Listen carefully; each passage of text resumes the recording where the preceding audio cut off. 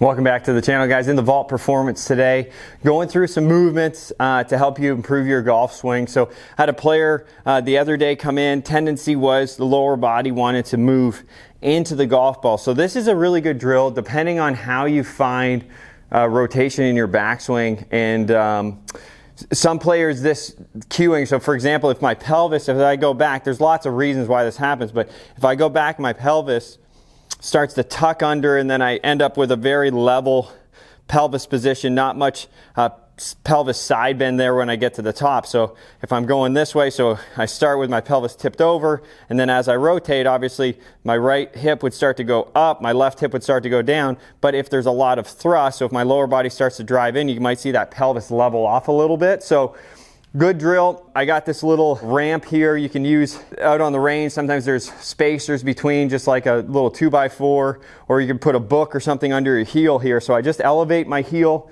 and then as I rotate back, I can really sense that my right hip gets a lot higher than my left hip, and that movement is going to help me really load into that right hip. So if you look at the belt angle, you see how that angle, the belt is angled down towards the ground.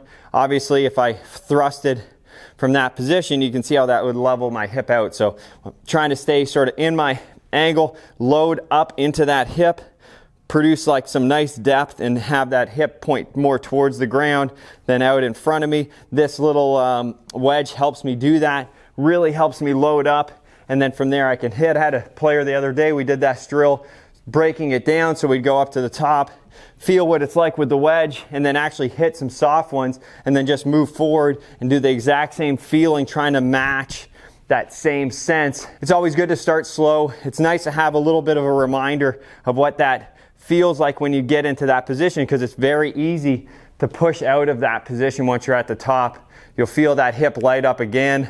Really fun foot position.